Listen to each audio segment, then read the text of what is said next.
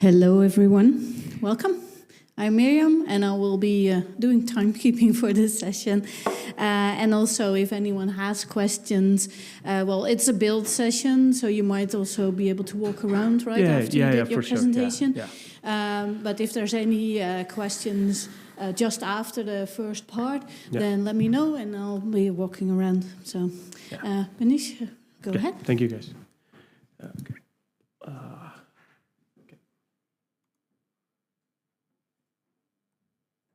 Hi guys, so I'm Behnish Mann. So I'm from Canada, and I'm a FHIR smart on developer, and working with the Dogwood Health Consultancy. So the goal of this session was when I started building smart on FHIR apps, I literally struggled with so many concepts, how auth need to work. Even though the concept was really simple, but still I had issues setting up a test client on Epic and on Cerner. So then I thought about presenting these things so that anyone can make it super quick. So the goal of this session is to build a standalone smart on FHIR app, and show you guys how you guys can implement OAuth. Also the token exchange and setting up the scopes. And once you kind of authorize yourself, then you make the RESTful calls to fetch data from FHIR servers.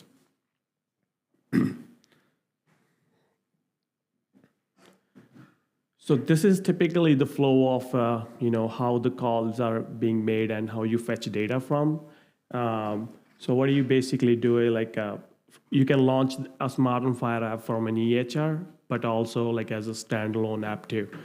So what it is, your EHR or your web browser or your mobile app, launch the app, and then it calls the metadata of that FHIR server. So metadata basically gives you the endpoints, what's your authorization URL or your token URL. Once you receive those URLs, then it makes the call to the authorization server, then it returns and code from the server. You pass certain parameters in that URL, which I'll show you when we'll actually implement the app, and what are the parameters in the next slide. So once you make the call to the authorization server, then it gives you a code, and then again you use that code to to get the token from the server. Once you have the token, it has the context of the patient, that is patient ID, and then you can use the token to fetch its data.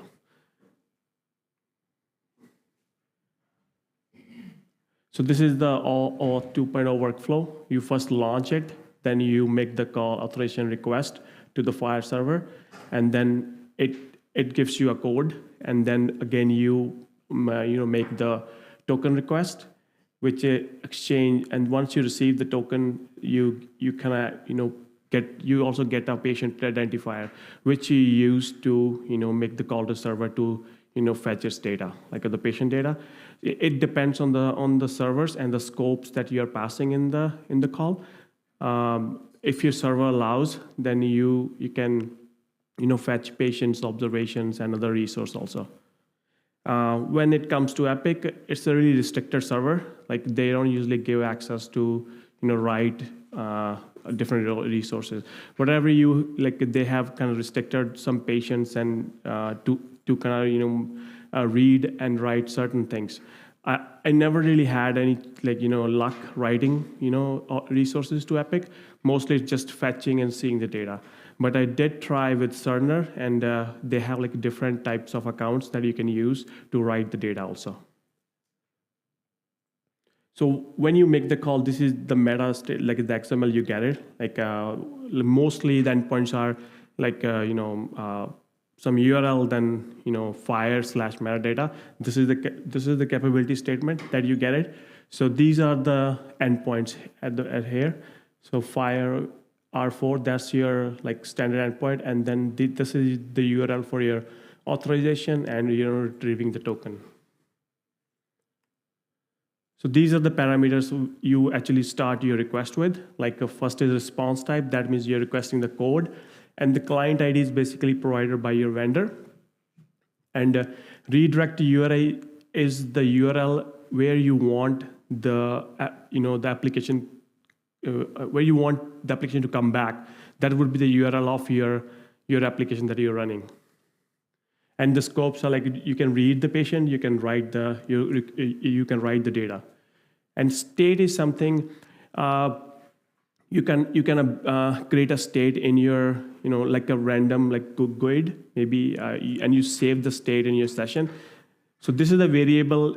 It'll come back when the callback is complete. So this way you can check whether you're getting the right the communication is right. So that this is kind of like a validation of the code.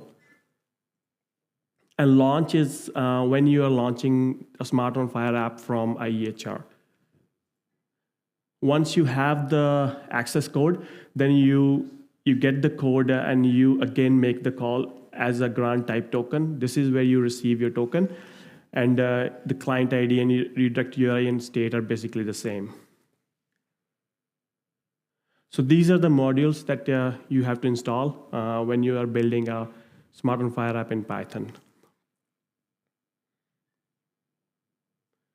So the project that I've showed before, like in that startup project, so all those libraries are already included in there.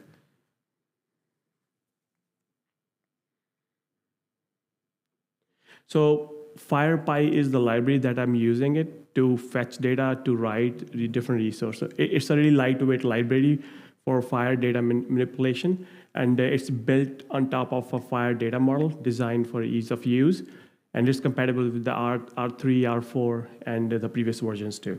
And you can create, update, delete, and read FHIR resources. It also, provides support for bundle resource support and batch transaction operations. Also JSON, XML serialization and deserialization. There are other libraries available such as FHIR resource. This kind of like it's a package that it kind of gives you model regeneration and automatically generate the Python classes for your FHIR specification. It also has the support for R3 and R4. Basically, all the libraries, they kind of do the same thing. They provide you to connect to their server, and then you can read the resources. You can do create, edit, and delete operations. So there is one more library, that's called Python client that also provide the same functionality. I'll show you in the code that how you can use different libraries. Yeah. Okay. Yeah. So let's build that. So we already have a question. So before we start, well, it's a question about the slides and about Smart on FHIR. So you're getting the address of the authorization server, token server, from the metadata. Yeah. Following spec, I thought it was you should visit the well-known.OpenID, whatever. So smart configuration, yes.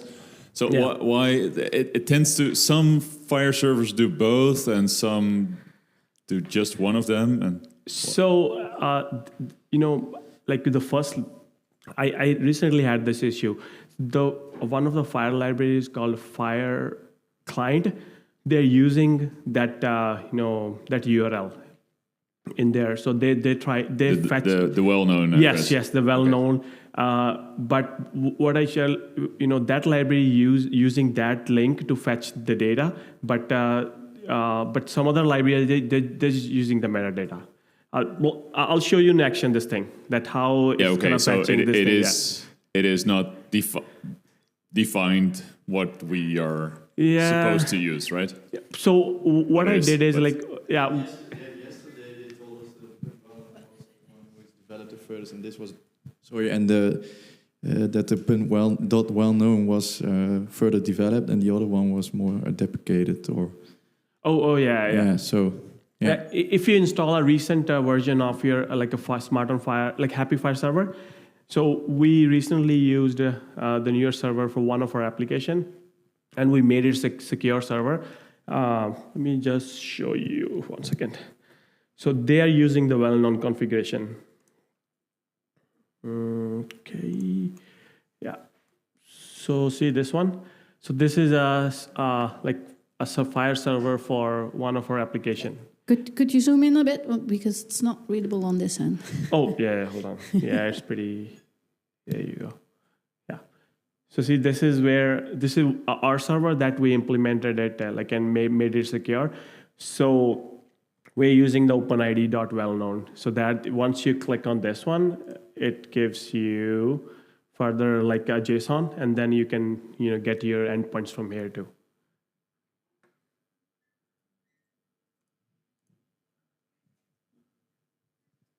Anyone else who has a question before we start? Okay. Oh yeah, hold on. Thank you. There you go.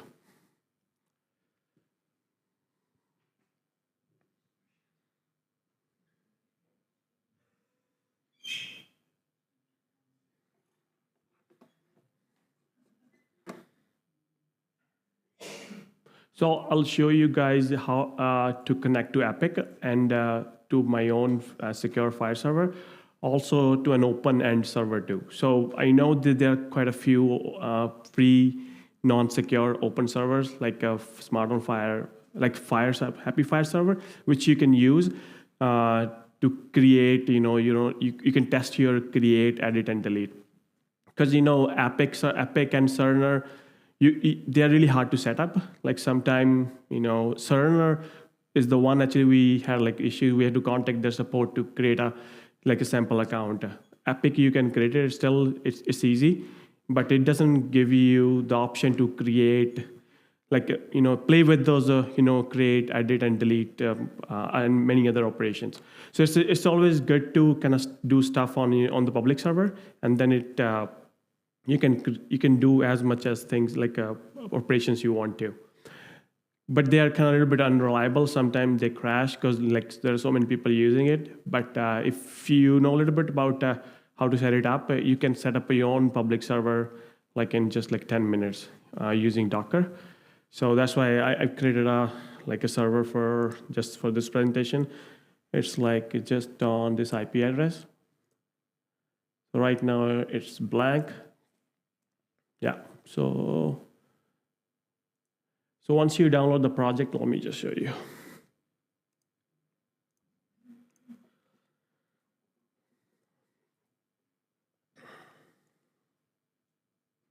So anyone still need the GitHub? Or are you good, guys? Good. Okay.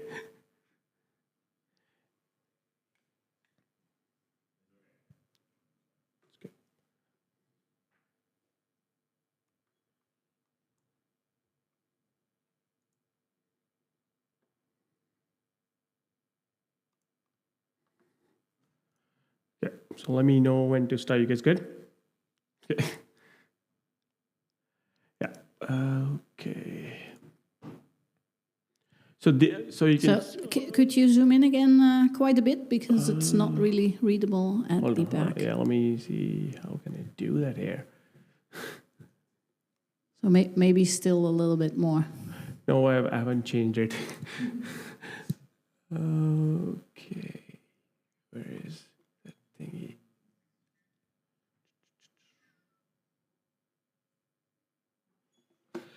You know what I'm gonna do is this.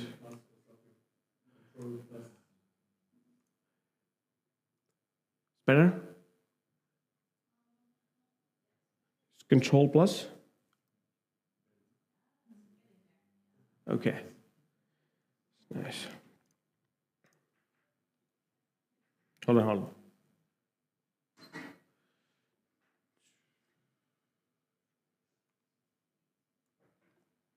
Okay.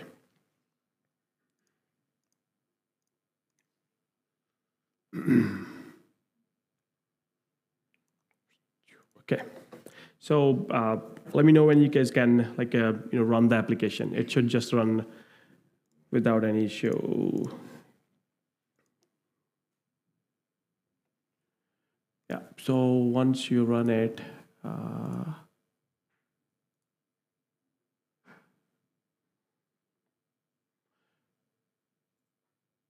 So it will run on port 5000.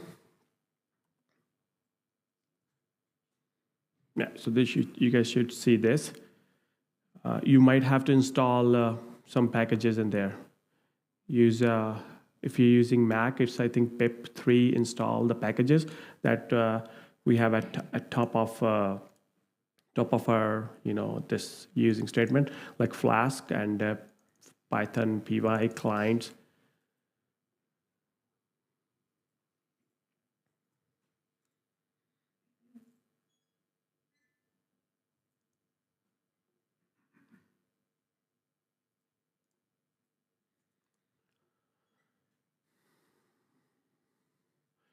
So once you have all the packages installed, here I'm using a launch function. So what this actually does is you create your own state, and just copy this. This is the same thing.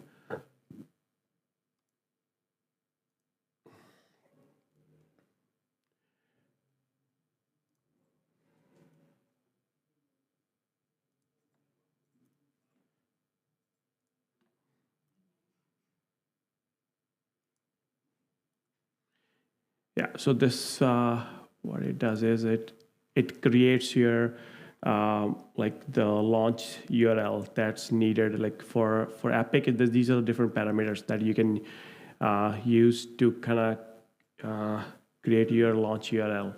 So this URL, what it's grabbing, it's creating a state variable and putting into session, and then it's setting up the auth URL, which is like auth, and then your resource type code and your client ID.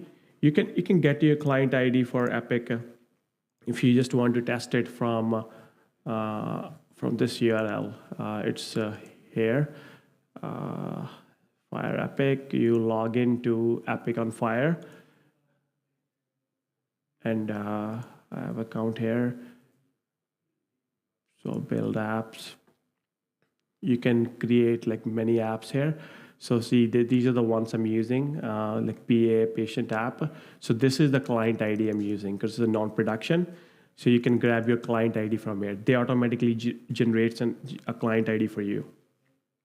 And here you can define like what are the resources that you want, and the redirect URIs. So when you're redirecting, your app from your like where you're executing the app, and then they need to know that is it a valid redirect URI. So you have to submit, save your redirect URI. For example, here I'm using localhost 5000 port and home. So when the call is complete, the system knows where to send the call back.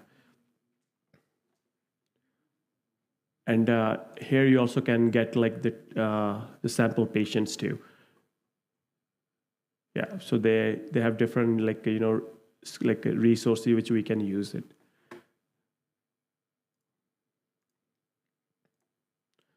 Okay, so let's try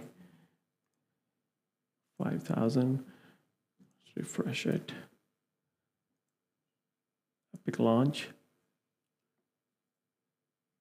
So now, that token endpoint, it's now asking me to log in, because whenever you need to access those resources, they need to verify which patient that who's trying to access those resources. So we'll use a FHIR Direct. So this is, you can get that information from here. So see, this is a login FHIR Direct and the password. So I'm using the same one. So once that I log in, then it asks me to confirm. So this is like, that the resources that I'm trying to access it, and you allow access. Then you'll see at the top, it's coming to this function, 5000 home, and it has a big code also. So this is the code that we need to send back to, get the token back, because we haven't implemented this function. So that's why it's generating an error. So what I'm going to do is, I'm going to put that function there so that, okay, launch home.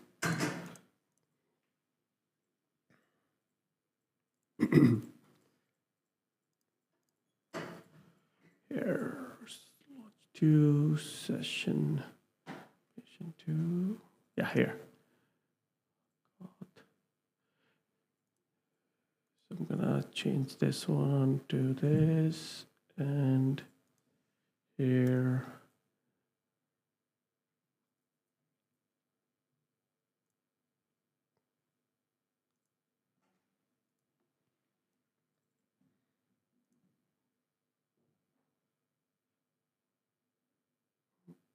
Okay.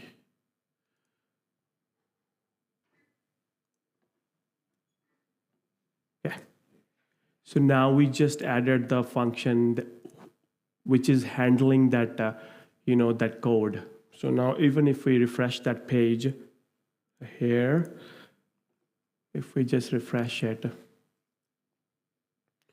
now, okay, home, the URL is not found. Let me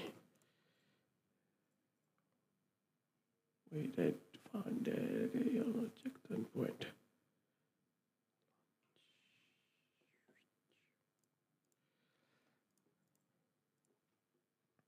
You know what? Let me run the full thing on the other one so that we don't spend time, like actually waste time fixing this.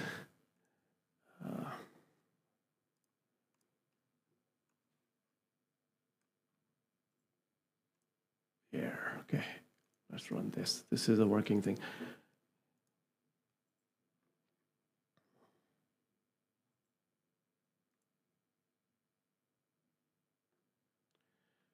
Yes.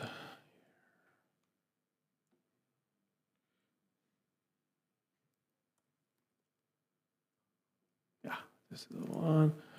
So let's launch it again with FHIR Direct.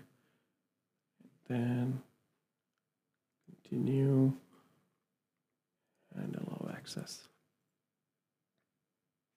So now we are back in our application, and we fetched all that information from the Epic FHIR server.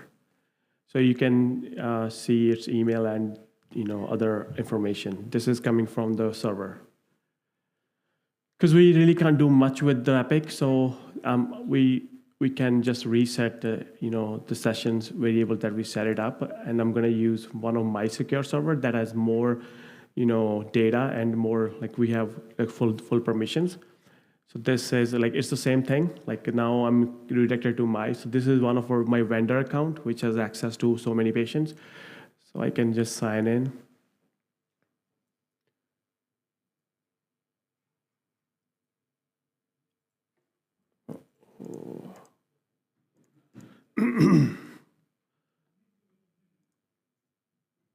Once again, something should have been, okay. Yeah.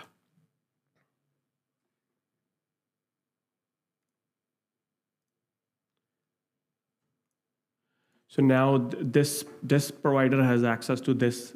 These are the test patients.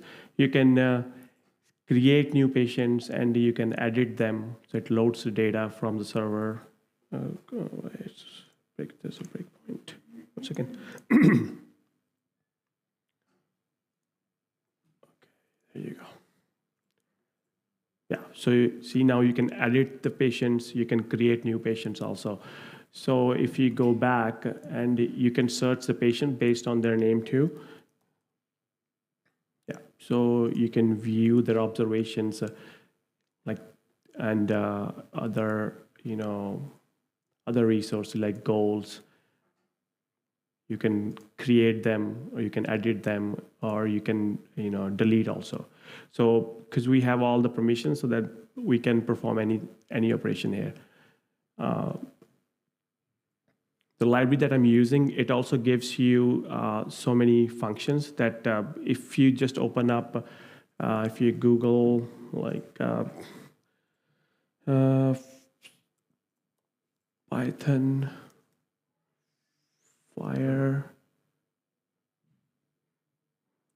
Pi, this one. So this is a library, and they've showed like what are the things you can do. Like you can execute any transaction or fetch one resource or multiple. Like all these operations are listed here. You can just use based on what do you need.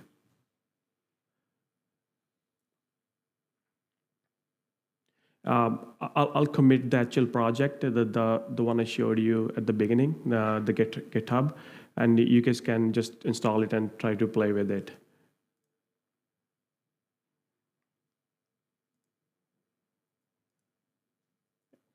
So let me show you how we are actually reading and listing,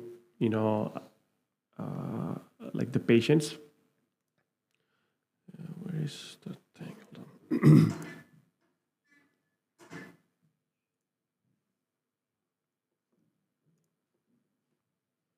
Okay, so here. So this function is basically creating a new patient. So what we're doing is we are rendering a patient form, and then when we do like save, so we are creating a JSON here, like a patient, and then putting up all the information, like gender, its first and given name, and birth date. And we're accessing the token that we saved in our session. And then we're getting the connection and passing it to, that token, and then creating a new resource patient and then saving it. So the libraries kind of takes care of the background process, like what is trying to save it and creating actually model. So this function is the get connection function is nothing. It's just kind of giving you we're using the libraries function sync FHIR client. We're giving its API URL, which is the endpoint FHIR.test_physicalactivity/FHIR, and we are passing that token here as like a bearer token and application FHIR plus JSON as accept. Yeah. So this gives us the connection which we can use to create the patients, this part is basically for like an open server, like unsecured. It doesn't have. So just to access a non-secured function, like not non-secured server, what we need to do is here. So we'll just reset it, and we just click on list. So this is an empty server. We can just create a new patient here.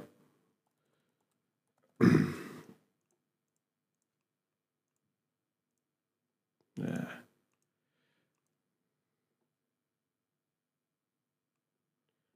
So what I found is whenever you're creating new patients on those open-end servers, it takes a bit to kind of list it here.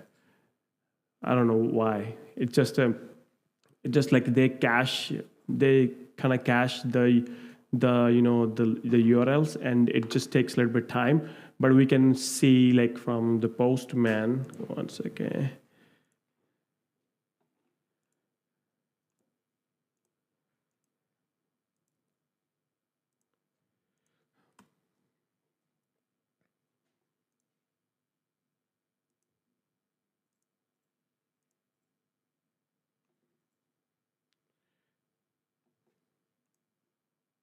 Yeah, so now it's loaded. We'll just refresh it. So now you can see. I don't know why. It just maybe caches the URL, and so that you're not sending too many responses in one go. And you can edit it,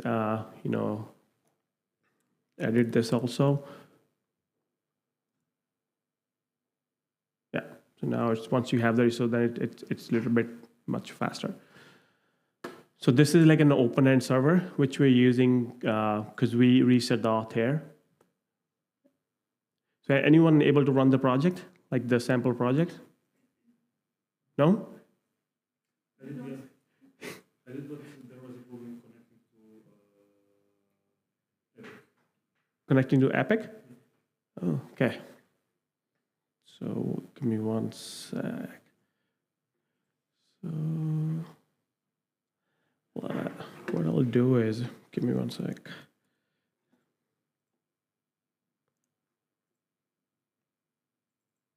So there is another function in this called launch2.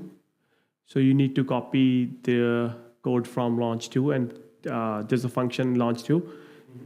Then just copy the full function and paste it in launch because I didn't put anything in the launch, so I thought maybe we'll just do it. Give Give me one sec. I don't know. If you go to Smart App.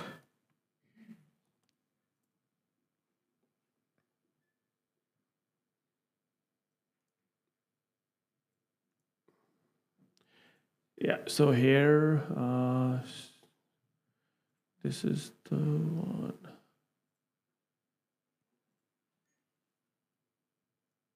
Yeah, so here you have the launch tool, right? So just copy the full thing here. This one, including the redirect. Yeah.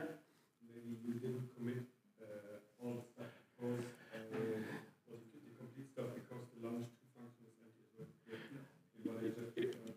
Yeah, actually, I thought I'll have enough time to write it, but clearly I don't have. So what I'll do is I'll give you, I'll commit full of my code in give me one sec. Let me just do that now. Okay. App. FHIR.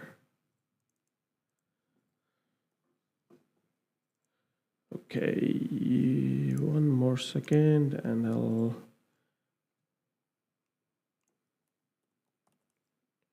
Okay, you guys can just get the newer version. Yeah, it should have all the functions. Yeah.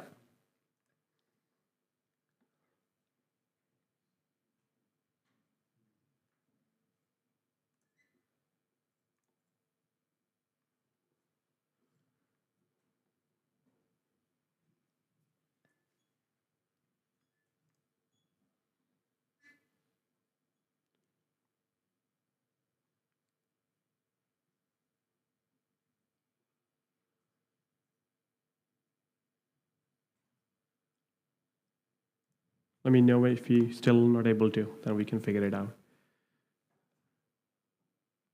Yeah, do you guys have any other questions like related to how you can access? The app, I just kind of committed with the newer function, so you'll be able to connect it and, perform the listing, add, and edit operations.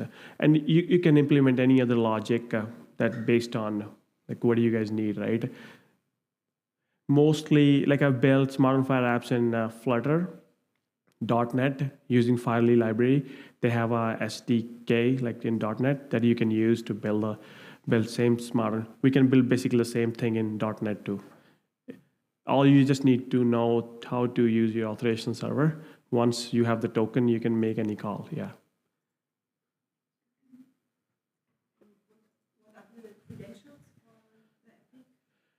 Yeah, so let me just put it on the screen. Could you repeat the question? Well,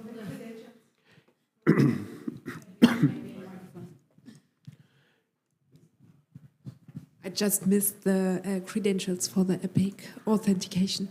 Yeah, give me one sec. So it's here. So Epic, you can use this. FHIR Direct. Oh, yeah. Hold on.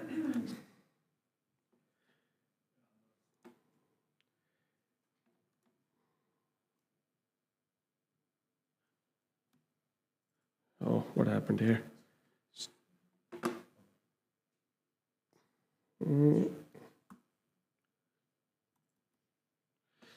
Magnifier.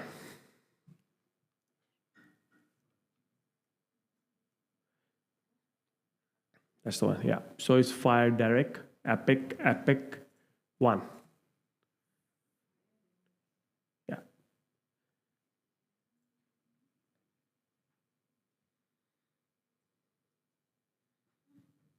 So, quick question in between. You've made this own application. What is it on Python? Is it written in Python? Yeah. So, what libraries do you use there? Because FHIR is more client-sided, isn't it? Yeah, that's it. That's what we're trying to do, right? We're using a client to fetch the information. Yeah. Yeah, but for your server, your own one, the second, not the. Oh yeah. Okay. So what libraries is that in Python? No. That's Happy FHIR server. That's like, just a happy. Okay, yeah. So we used key clock for authentication. Sure. Yeah. So we built our own FHIR server. Okay. Yeah. Cool. Thanks.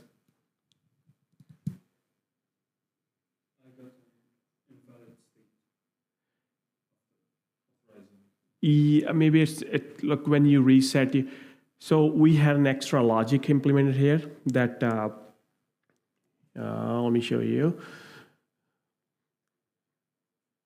So what it is, we check whether the state is still the same when here. So what we do, we are grabbing a state like a unique ID and then sending it with the launch. When we receive the state, if there is no variable set in your system with the same state, it will throw an error. So this is how you validate the call, that you're getting the call back correctly, not some phishing, not someone trying to phish you, right? This is how we test it. So just maybe rerun the project and then just execute the same thing again, yeah. So here we are using like the standard request to kind of send all the information. But Python client, it gives you, to specify just one, one endpoint, and it takes care of these three steps automatically. Like you don't have to specify an actual call, anything. Just specify the token. Actually, I just overwrite my code. I just did it before my presentation. So I don't have it right now, but give me 1 sec. If I'll be able to find it here, I can show you guys too. Is it in sample?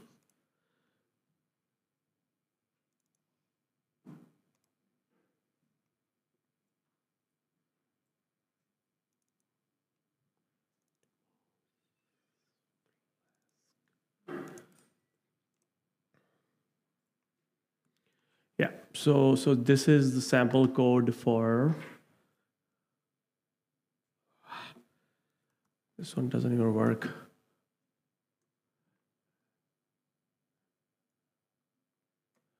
Yeah, so this is the FHIR client library that you can use to build your Smart on FHIR app.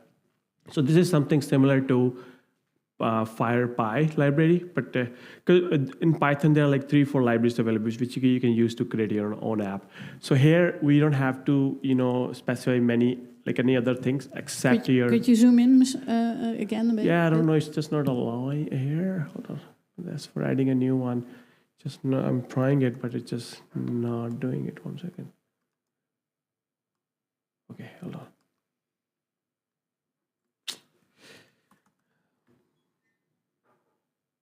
View, zoom here,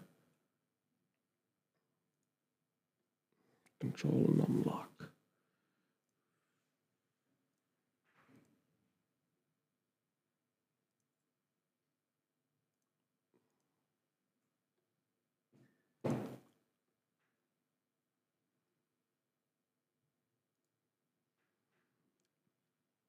Yeah. So it gives you the basic code, where you can specify your defaults. Like, say for example, here I've specified my app ID and Epic's endpoint for R4,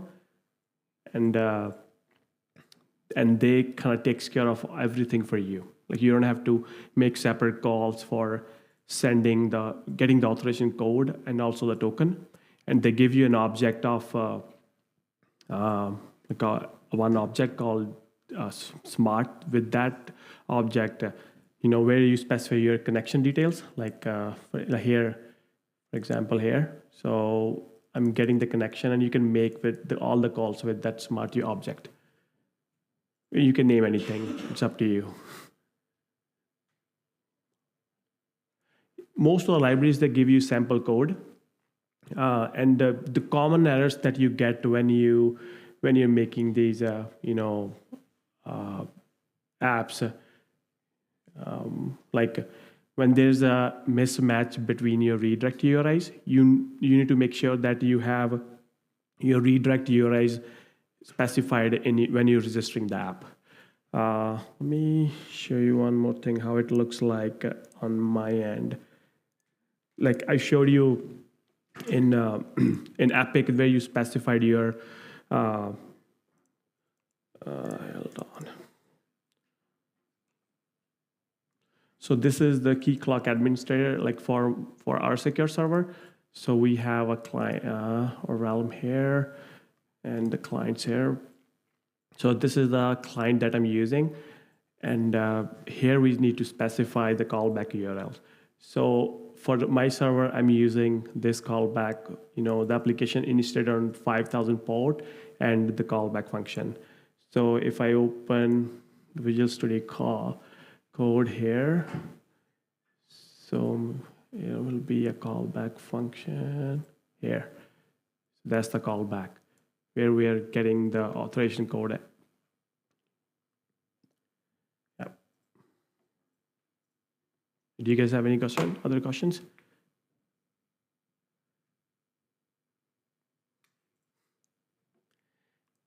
Yep, like you get this code and it'll give you a starting point how to actually build your own app. Yeah.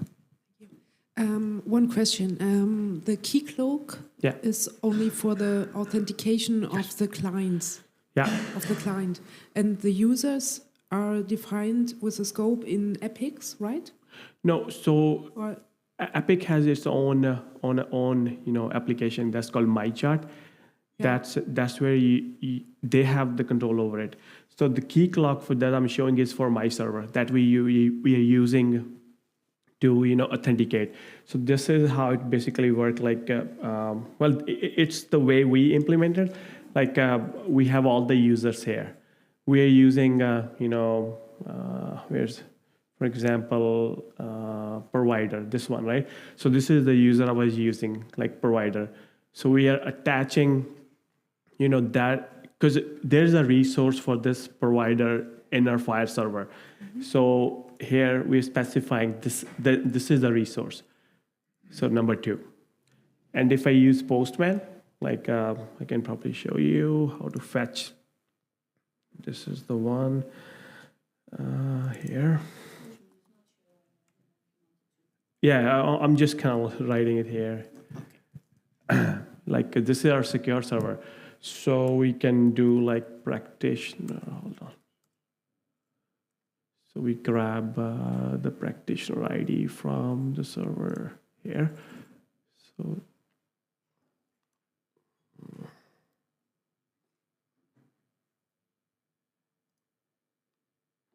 one is number 1, practitioner, and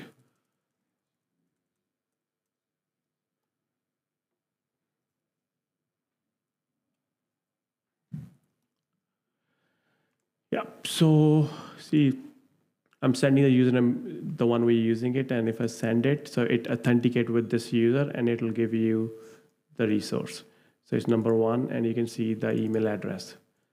So this is how we're linking it in the key clock, and we're using attributes to actually fetch out, the data from the FHIR server. It's a little bit something different that. Yeah, and the practitioner can the practitioner fetch the data from his or her patient? Yes, yes. Okay. Yeah. And how it is connected in the FHIR server? Yeah, so every patient resource, it has a connection there. Like it's in the general practitioner. We have a link of this practitioner in there. Okay. That's how we find this patient belongs to which practitioner. Okay. Yeah. And it's not standard key cloak feature, right? It's an extension for the key cloak, the mappings. Is it like the? Sorry, I couldn't follow. In the key cloak provides not standard smart on FHIR capabilities. No, key cloak is just for the authentication. Yeah. For the token, yeah. Okay. Yeah. Because the token has your resource ID, right? If you decode your token, like the token, you can print your token, and then if you decode it online, that will have a reference of which resource that you're trying to access it. Mm-hmm. Yeah. Thank you. Yeah. Oh, wait, please. This will be the last question, by the way. Okay. In this case, we're logging in as the patient. So how do we get the doctor's information? If it's inside Epic, then it's the doctor's already logged in. I think it depends. Here on my own server, I was logged in as a doctor, as a provider, not as a patient, because that's how I was able to view the list of all the patients. So how does the doctor is logged into Epic? So how does Epic pass you which doctor is logged in? That's how, like, you know, it depends on what kind of setup you have, right?